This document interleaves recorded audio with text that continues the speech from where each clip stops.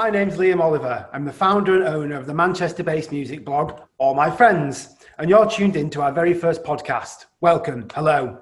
My guest today is Trees Not Cars co-founder, Julia Cavaliova. She's come on the podcast to chat about the Trees Not Cars mission. I'm really excited to have her on the show. AMF has spoken about the lack of green space in Manchester in the past, and we think that the city needs to do more to protect these spaces from developers. Development doesn't just shut down clubs and bars, but it also attacks social space, green space, and creative space in the city. And we think it's something as a city that we need to combat more. So without further ado, Julia, hello, welcome to the podcast. Thank you so much for speaking with me. How are you today? Is everything good? Hi Liam. Hi everyone. Thanks for having me on your first podcast. I hope this one goes well. Mm-hmm. And really happy to share updates, vision, mission of Trees Not Cars with you guys, with you, Liam. And I'm good today, yeah. Amazing, yeah. Probably worth noting this is our second time recording the show. The first one sadly didn't go too well. We had some technical issues that meant all of our great conversation was lost. So we're here again, and we'll definitely get it all recorded this time so we can share it with the Manchester community. But it is really cool to speak with you today. I suppose we can get the ball rolling with you telling us all about the Trees Not Cars campaign and mission, how it got started, what are you campaigning against and why? So we are campaigning against the planning application that was approved on last year, 17th of October, to build a 440 spaces car park on a demolished former Central Retail Park in Manchester. The campaign started since the application was submitted for consultation, and we had few events there. We tried to convert that into the park. Unfortunately, application was approved, and immediately we submitted an appeal against the decision. And by now, we've been fighting against that decision to convert that into car park. So you can see for almost a year, there are no cars parked in the Central Retail Park. It's because timely actions from Trees Not Cars helped to help that. Mm-hmm. Our short-term vision is obviously make sure that the plan application is revised, went back to consultation, and all the arguments that we try to present here in front of the court when it goes ahead are considered, and the application is changed. The decision is changed versus the car park, but also the long-term vision obviously is convert the 10.5 acre space into something that Manchester people need, which we believe is considerable plot for green space and also affordable housing, some small retail units, which we can talk about later. Amazing, yeah. Obviously, I live across from the car park, and I know you live in the area too. And I remember when I first saw the Toys R Us building go down, I'm not sure where I heard it, but I remember hearing it was going to be turned into a park, and I was so excited about that.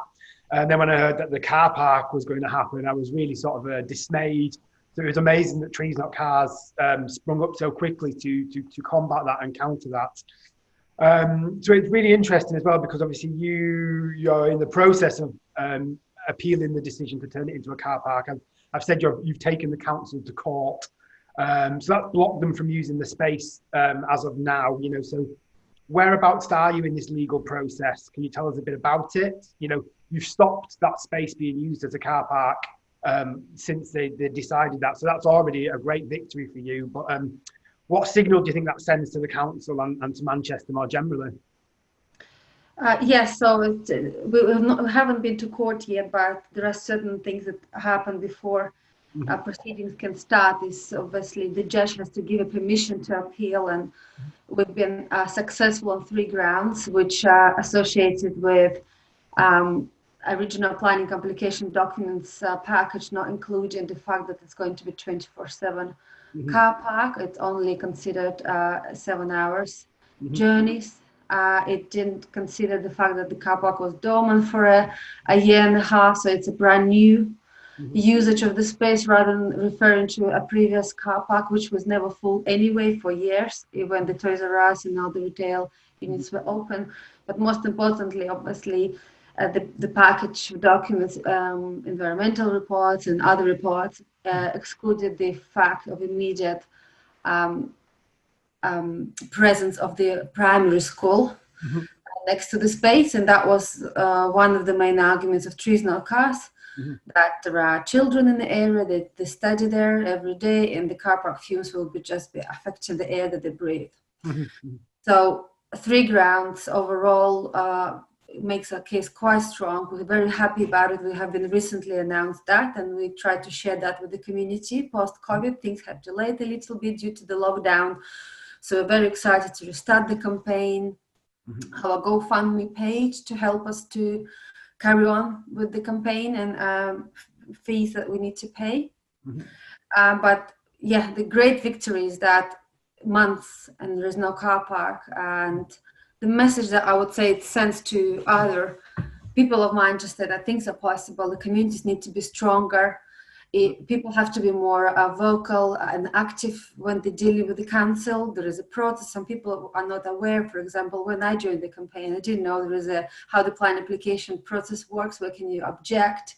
You need to educate more. I don't think council puts a lot of effort to let people know how they can be involved, and that sometimes work for the council if they have different vision and they want that to proceed. I think a good example is Central Retail Park, which was approved despite all the arguments and 12,000 signatures that we have collected by then. I could also refer to the campaign of Save New Islington Green, which lost the green space to a private developer. And the plans that have been published recently are just upsetting for everyone who lives in the area. So we're losing a green space that currently exists, and with Trees No Cars campaign, we're campaigning for something that we want council to build for residents living nearby.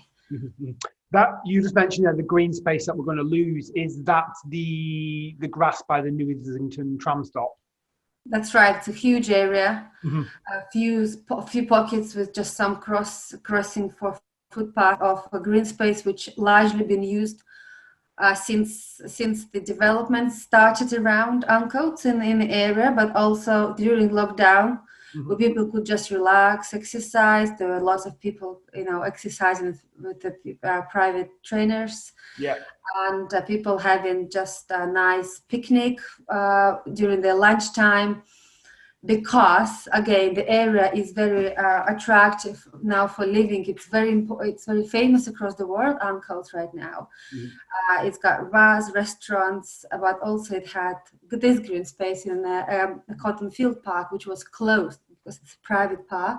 So it was closed during lockdown, so people found themselves just on the concrete running around and exercising. So New Islington Green was a saver, really, and it also showed the fact how our campaign was important, that we're fighting for green space here, that there's so many residents now, and the footpaths were packed really with runners and cyclists.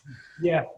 I remember, when in March when lockdown happened, and it was the first time I went out running in about 6 years, and I went to run down by the canal, and then you could come up and that green space by the Islington tram stop, you could do some circuits there and then run back round. I think it was I was hanging out my arse after the first run, after the first exercise I'd done in 6 years. But yeah, it's an amazing space to use for everything from dog walking to somewhere for like the kids to play, to like sitting down and having like a picnic. So yeah, it's and again, it's another place under threat from development, and it's just sad to see that, where everything's just getting steamrolled by big high rises.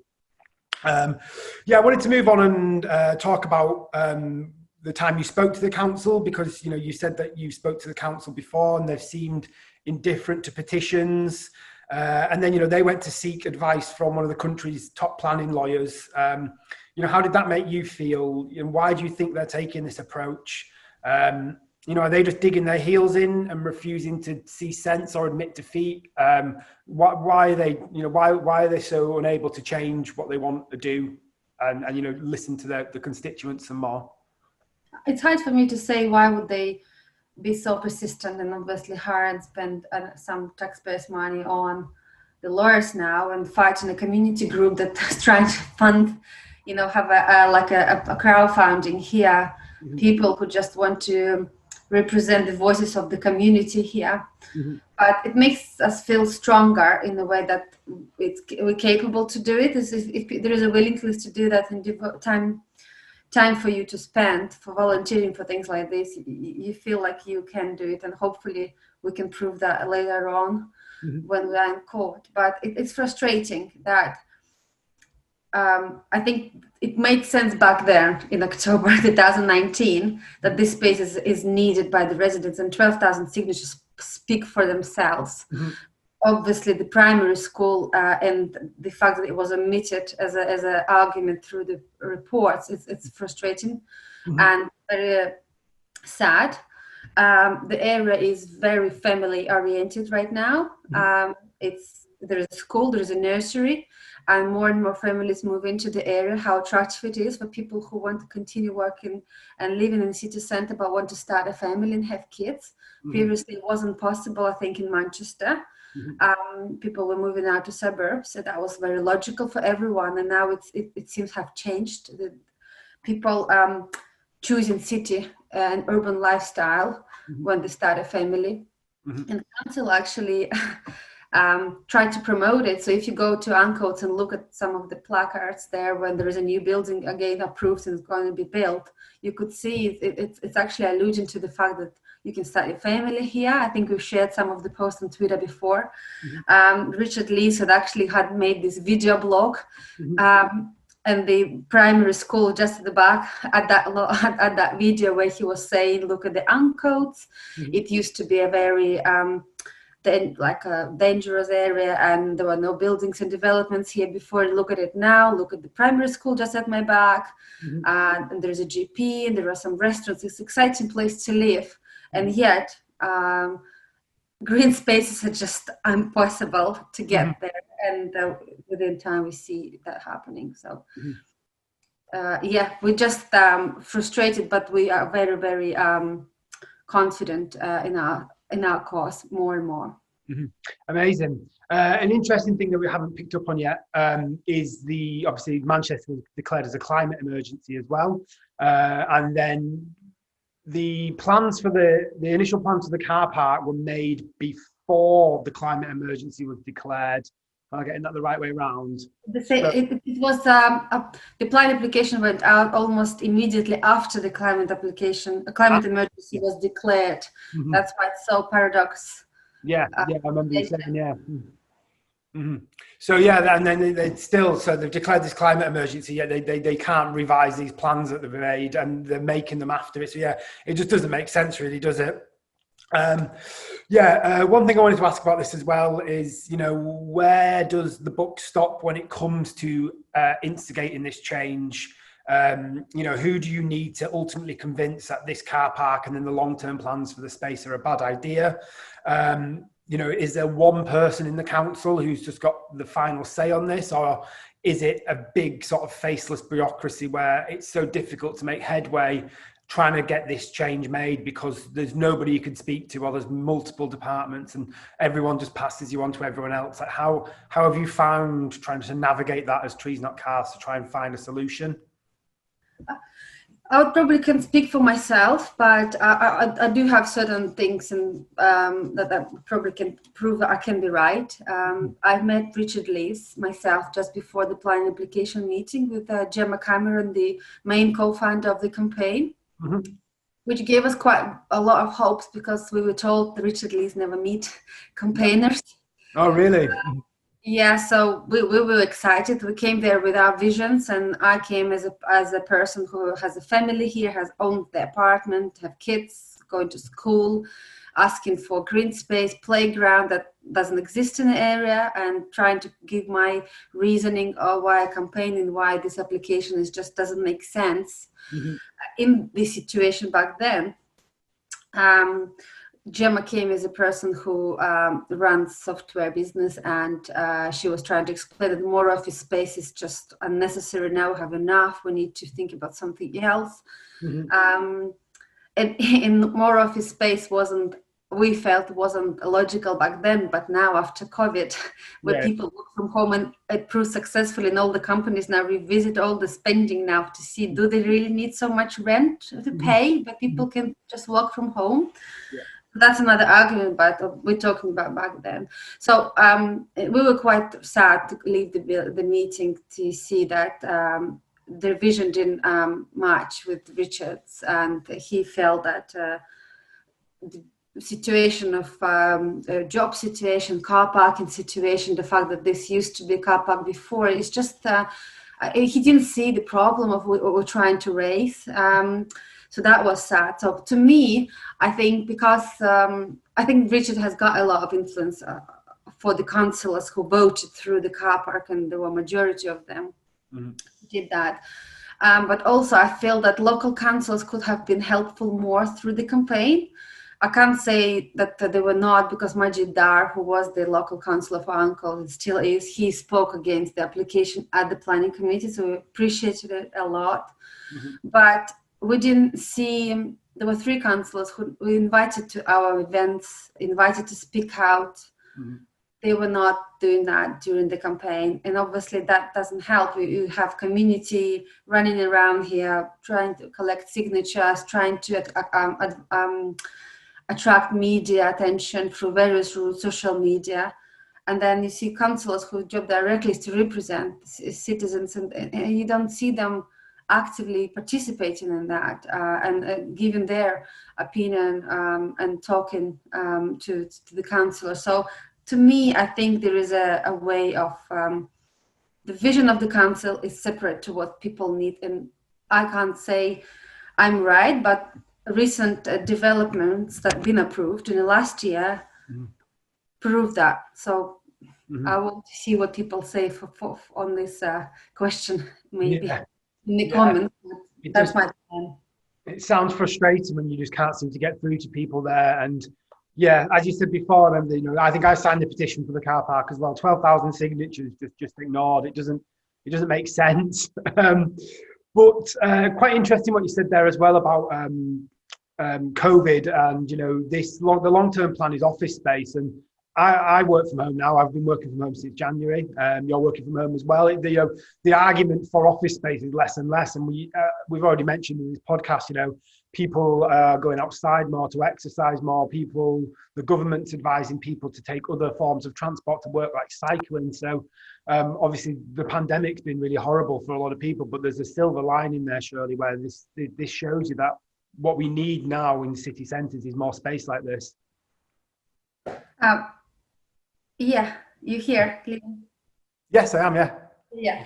I think it's a new reality now. It's a new reality, and it's very frustrating that applications that are 2 years old since they've been started are being approved, and Manchester's plans, it seems, like the vision of a city centre with tower blocks, and we can see it clearly that's the intention of how the city centre need to look like.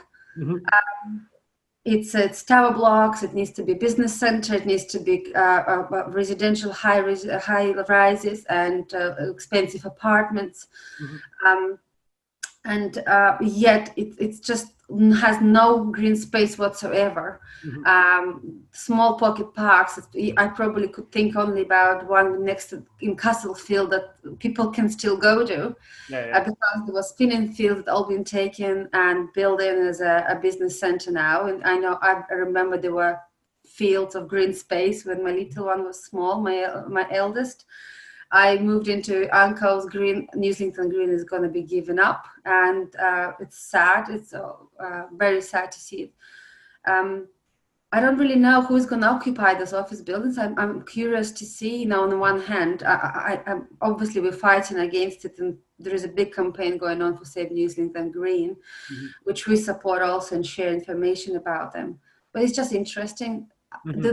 Do the developers themselves think it's going to be a successful project? Yeah.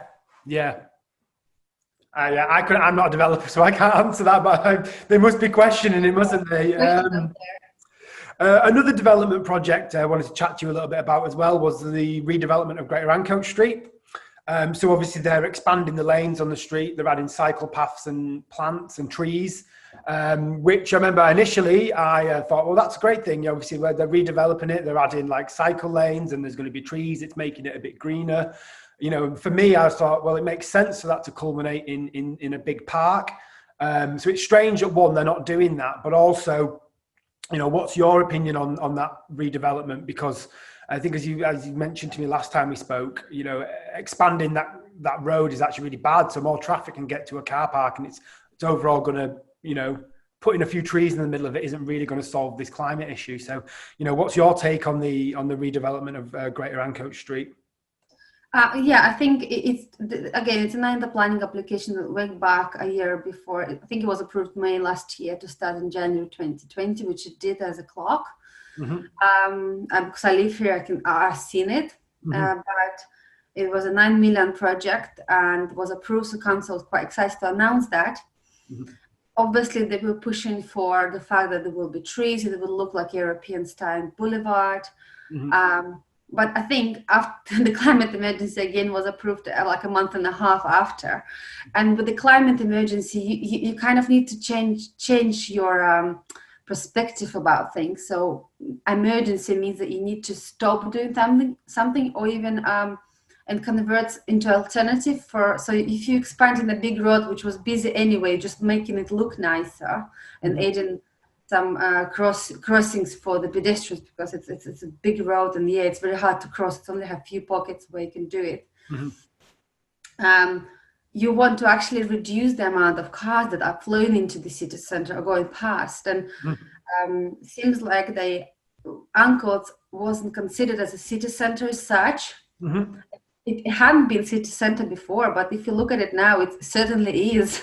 Yeah, it's an area in the city center where they build apartments and they sell them as a city center apartments, mm-hmm. not outskirts. So they're building a huge road through the city center. So they still showing that car is a normal, acceptable commute for mm-hmm. you. And also we tried to build a car park, and there's this traditional cars campaign that didn't let us do it. Yeah. It will be not a nice car park for you to park your car before you go to work. Mm-hmm. So instead of changing radically the approach to commute to the city center to reduce amount of pollution, which was illegally exceeded legal standards, they built in this big scheme.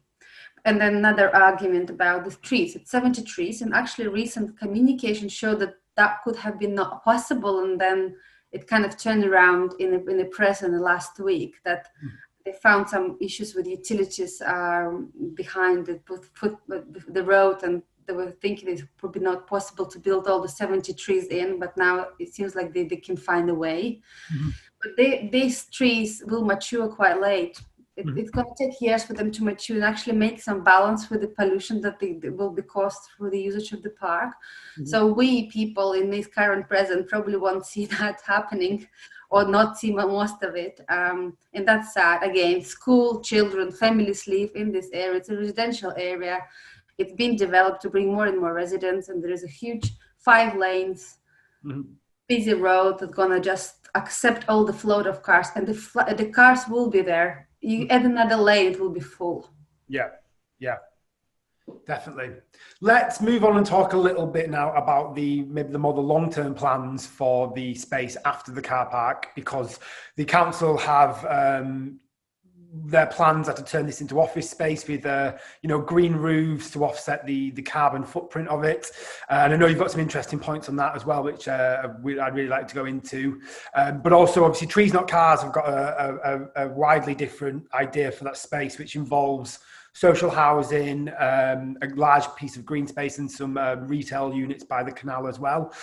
So can you tell us about the council's vision, first of all, and what's maybe not perfect about it? And then can you talk about the plans that Trees Not Cars have put forward and why you think they're really good?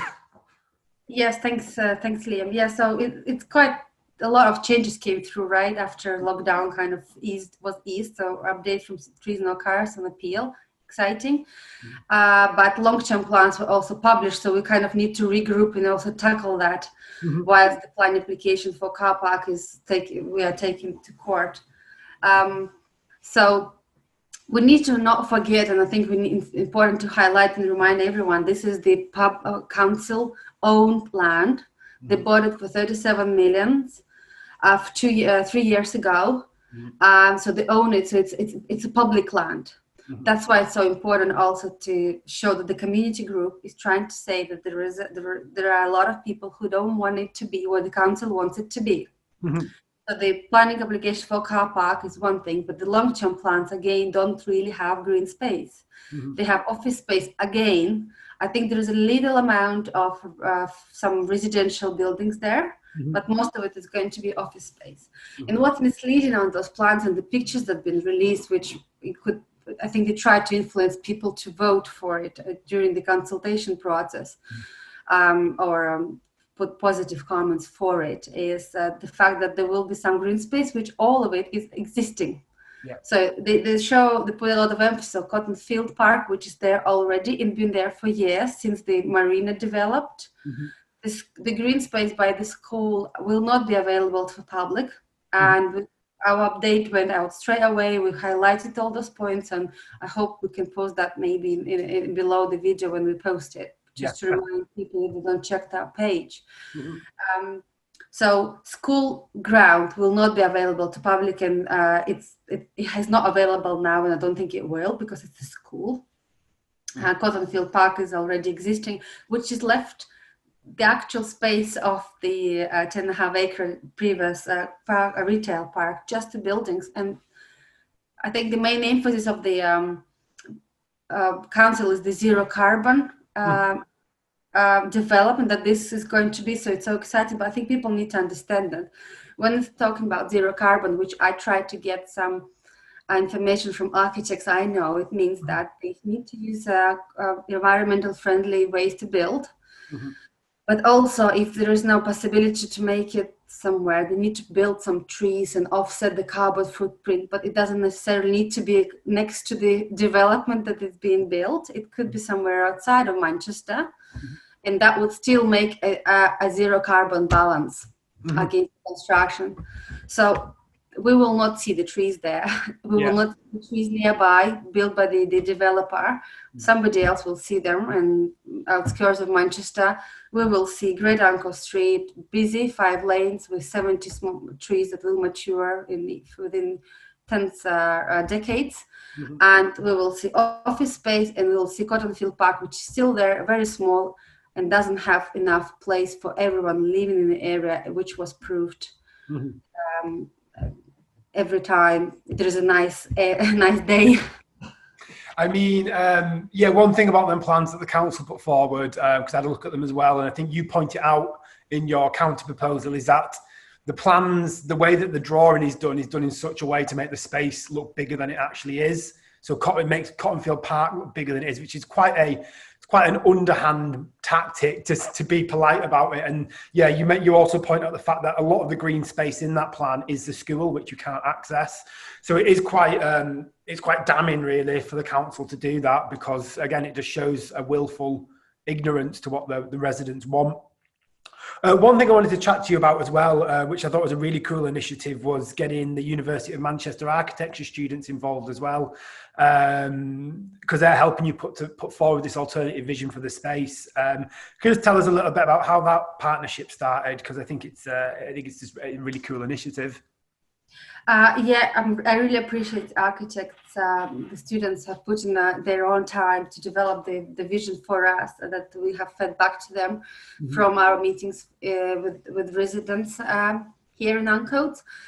We do have quite a lot of people on our team who have different occupations, and they have different connections, and it's exciting. I think it's one of the reason why we're so successful is because we have people from various professions spending their time and their expertise to help us fight for this space. So we've been put into connection with the architect students, and they have their own project in the university. They need to find and a group of a community group of campaigners and deal with them and help develop the vision. So we would try to help them with that in our own time, but in exchange we asked if it's possible for them to give us some draft of the vision, because we don't have any architects in our group. We don't have money to pay for professional architectural vision. And they were so helpful. That's why I'm so excited. It's only a draft. Obviously people don't have a lot of time, and then the lockdown came in, so they only managed to release that, which we posted recently. But I think it's still a great start for people to see what we suggest, and at the same time as the planning application and consultation process going on for the long-term council plans, which is the last day is 25th of September, we're asking people to give feedback on the draft so we can release feedback from residents, which is a different vision to what the council wants to build, and show the amount of feedback on suggestions that people have. Yes. So I think depends, because you don't really know what council will release. And you want to say, we collected the data, our own data, here it is, very honest, transparent. You can check it, and I'm very curious, and I'm looking forward to see what it's going to be. But I encourage people to find 2-3 minutes to vote, to put their comments against our vision and the council vision as well. And I'm asking to object that council visions, of course, from my point of view. We'll put obviously all links to these resources, and we'll go into the show notes with the blog, with the podcast, and we'll also any links on social media we'll put in there as well. I wanted to talk to you a bit about the park that's been proposed in Mayfield Basin. Surely this is a good thing, right? They're building a park by Piccadilly. That's a bit of a leading question for you, because I know you've got an opinion on that project. Can you tell us a bit about the planned park near Piccadilly and why it might not be as perfect as it seems? I think it's exciting. And before I joined, I think it's been there as a rumor for a while before it's actually been approved and became quite a widespread news. I was excited as a person who lives in the city center and have kids, a small green space, finally available, and some they've alluded for a playground there, which I think are in the plans now. So I was quite happy. But then I joined the campaign, and I felt that it's not enough now. So the space that will be available for public is 6.5 acres, and the T's and C's is 10.5. Obviously, the council doesn't own that space. It's developers that will own it. So we say council can do whatever they want. They can listen to residents and build what the residents see on the much larger space here, which is much closer to the area which it needs, so closer to families who live here. The Mayfield Park is a bit further away. It's very hard to approach it. You need to go through Greater Ancoats Street and then through an industrial area as well. So it would be very difficult for me to achieve, for example, to come there with my kids on a daily basis. I don't think I'll be there all the time. But also, the proposal is for a hotel, retail units, office space, and I think 1,500 homes. So you already kind of imagine how busy it's going to be. While the brands are very excited, I don't think it's enough for what city center now needs. I think when they build everything around it, it will be occupied by people who already are there. So all those residents for 1,500 homes, and the people, the office workers in the office space, and the hotel. So you would think that additional public might not be able to get there, because logically it will be already have enough current residents of that space. So that was my argument. And the other thing is, when the plans were released, Richard Lees have highlighted the big point about post-COVID, we need to consider green space more, and this was approved before start of 2020, when nobody knew about COVID. So I think also, again, it's another, it's just, you find it sad that's not true. It was considered before. We are now saying, stop your plans, stop your long-term plans, because of the COVID, what COVID had showed you, the lockdown itself. look at the new reality as we discussed before. And that seems to be ignored, and plans are going ahead, and nobody talks about the green space. And there were a lot of arguments from the actual people from the government saying we need to increase funding for the green space, and they're going to be using, I think, about 23 million funds of that government release additional money to support green spaces in UK to develop that area, which I think it's not right. Why not to divert that to the publicly owned land that is not occupied and plants not approved yet? That's what makes me feel frustrated. Yeah, I can hear the frustration. It must be really just difficult to try and reconcile why they won't just do the obvious thing. One thing I did want to chat about very quickly as well is the BBC documentary that the first episode came out on Tuesday last week. Manktopia, the £1 billion property boom, which seems quite timely one for the podcast we're doing, but it's also quite interesting to see a national lens being shined on Manchester now. It's something that's obviously reached outside of Manchester, and people are looking at this property and development boom happening in Manchester, and there's national voices looking into this and sort of saying, is this right? What's going on? So first of all, what did you think of the programme, and do you think it's good that there's been a renewed focus from the wider British community about what's going on here, and do you think it helps your campaign? Yeah, I think I found it very curious. It made a big impression on me when I watched that documentary, because I live in Manchester since 2006. So 14 years this November. I have a family here. I'm raising 2 kids, and I'm expecting my 3rd very soon. In all my time, I lived in the city centre, so I have seen how it developed when I came back 14 years ago and where we're looking now. Even 5 years ago, it was different, but I think in the last 5 years, it's definitely a boom of area. So you almost imagine if you see a small pocket of a space, either it's a small car park or maybe just an undeveloped area or an abandoned building, you would think there is a planning application for an apartment block there, I'm sure. And you would be right. So this video is very nice and controversial. It shows all those, it's kind of 3 situations, right, described just in the first series. So I'm curious to see what's going to happen in the next. But just in the first episode, they show the perspective of homeless people who are trying to fight, and what happened to them, and they try to find where to live, and it shows the lack of availability for people who need affordable and social housing. And then they show the perspective of a family with their middle, a small amount of income, and how hard it is now afford a rent for a family with 2 kids, if you want to live in a house and close in the area you want. And then there's a big boom of a nice apartment, a very expensive apartments, excessively expensive to rent. And the perspective of that view, I agree with some areas in Manchester, like Ancoats, how it used to be. It was dangerous, and it's nice to get this changed. I live in Ancoats, and I want people to know it's a really great area. I was happy that more and more buildings were built, but at some point I feel, are they going to stop? It's too much. Can they stop now? It definitely was undeveloped, untouched. It needed something, and it was exciting that it was considered.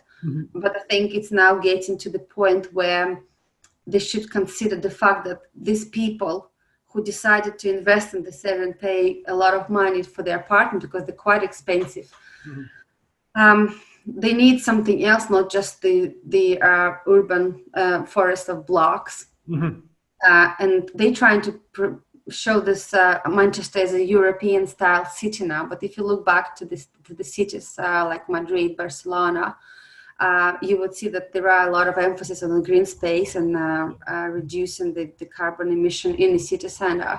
Pocket parks in London, look at them. We don't look like this. We keep building residential blocks, but people are going to just look through each other's windows very soon. And that's what they're going to see. Is this right? I think that's the question that I was left with. But I also think affordable housing problem is a big problem in Manchester. Mm-hmm. Yeah, it's interesting. It's an interesting point to leave it on. I mean, I've lived in Manchester for 10 years. I came here as a student. So the first 3 years, I didn't really leave Fallowfield. So I haven't really experienced the city up until maybe 7 years ago. But I used to live about by the co-op buildings. And then my girlfriend moved into Ancoats. And when I went round to hers, we saw the building I'm stood in now go up in a year. And they just kept going and going and going to it. It's crazy. You talk about this boom in the past 5 years. The building I'm literally stood in now, it wasn't here 4 years ago, I don't think, maybe 5 years ago, but we saw it. We were in a balcony across the road and we saw it go up. And then, yeah, just there's just this tide of change is almost like unrelenting. But let's wrap it up. It was really amazing to have you on the show today, Julia. I wanted to ask you 2 more questions to sort of wrap it up with today. Firstly, how can people get involved with Trees Not Cars? If people would like to donate to the cause or get involved in any way, what's the best way that they can do that? We very much accept donations and ask people to do this as minimum as £5 that the GoFundMe page is set for. So if you can check our website, treesnotcars.com, for all the updates and the GoFundMe page there. I think Liam wanted to also add the link to the podcast. Mm-hmm. It will definitely help our cause. We are told that the court hearings will be done somewhere in December, maybe early January. So we're very close to the culmination of all of that. So people can also get involved volunteering, because I think we need to start up the campaign, maybe organize events when we're allowed to do so. Mm-hmm. So any new people who have great skills, who have time and devotion, they could join us. We always welcome. We're very active on Facebook, on Twitter, mm-hmm. through our page. There is a lot of people who monitor it, and we immediately answer to anyone who wants to join. Yeah. Amazing. Yeah. And yes, we will put all the links into the blog and the podcast and on our social medias and stuff as well. And secondly, and finally, this is, I suppose this is a bigger question. What are the long-term goals for Trees Not Cars after the central retail park issue? I know you're probably focused all on that right now, but can you see yourself expanding beyond that when this situation's been resolved one way or another? I think, do you see other areas or other case studies in the UK or in Manchester where you think we can help once we have the ability? It's hard to say. Yeah, I think it's a group decision. Mm-hmm. What we will do, we very much focus. Think there's enough job for 2 years now. Yeah. Because we're obviously very close to the actual car park application appeal. Mm-hmm. And I don't know how long that will take. But then the long-term plans, obviously, it's another fight which we entered into, and we're very excited. We're definitely going to develop the alternative vision the architects have done for us. Mm-hmm. But we also communicate with various environmental groups, like Save Islington Green, Save Raybank Fields, Manchester Universities want to build on. Mm-hmm. We've dealt with Princess Road Roundabout, the cycling and communities in Manchester City Centre, Northern Quarter Forum, who are one of the co-founders as well. So I think there is a lot of things to do, and I'm so glad to have all those people on board, active, and great to be connected. I think it makes us all stronger, mm-hmm. because, again, as Manktopia showed, things are just ongoing, and the vision is getting slightly to the direction of maybe not what Manchester people want. Mm-hmm. And I think it's important to always remind the council mm-hmm. of what's needed and show the different alternative, make sure that you look from various angles. Mm-hmm. I'd be happy to carry on in this area, but in which form, we'll see. Yeah. Amazing. Thank you so much for chatting to me today. It was really, really insightful, enjoyable show. Which we have a document of this time, which is great. So, thanks again for coming on the show. I really appreciate it. It's really, really amazing and interesting to hear about the mission. Thank you, Liam, so much. It was nice to meet you, and good luck with your show for going forward as well. Cheers. Thank you very much. Bye-bye.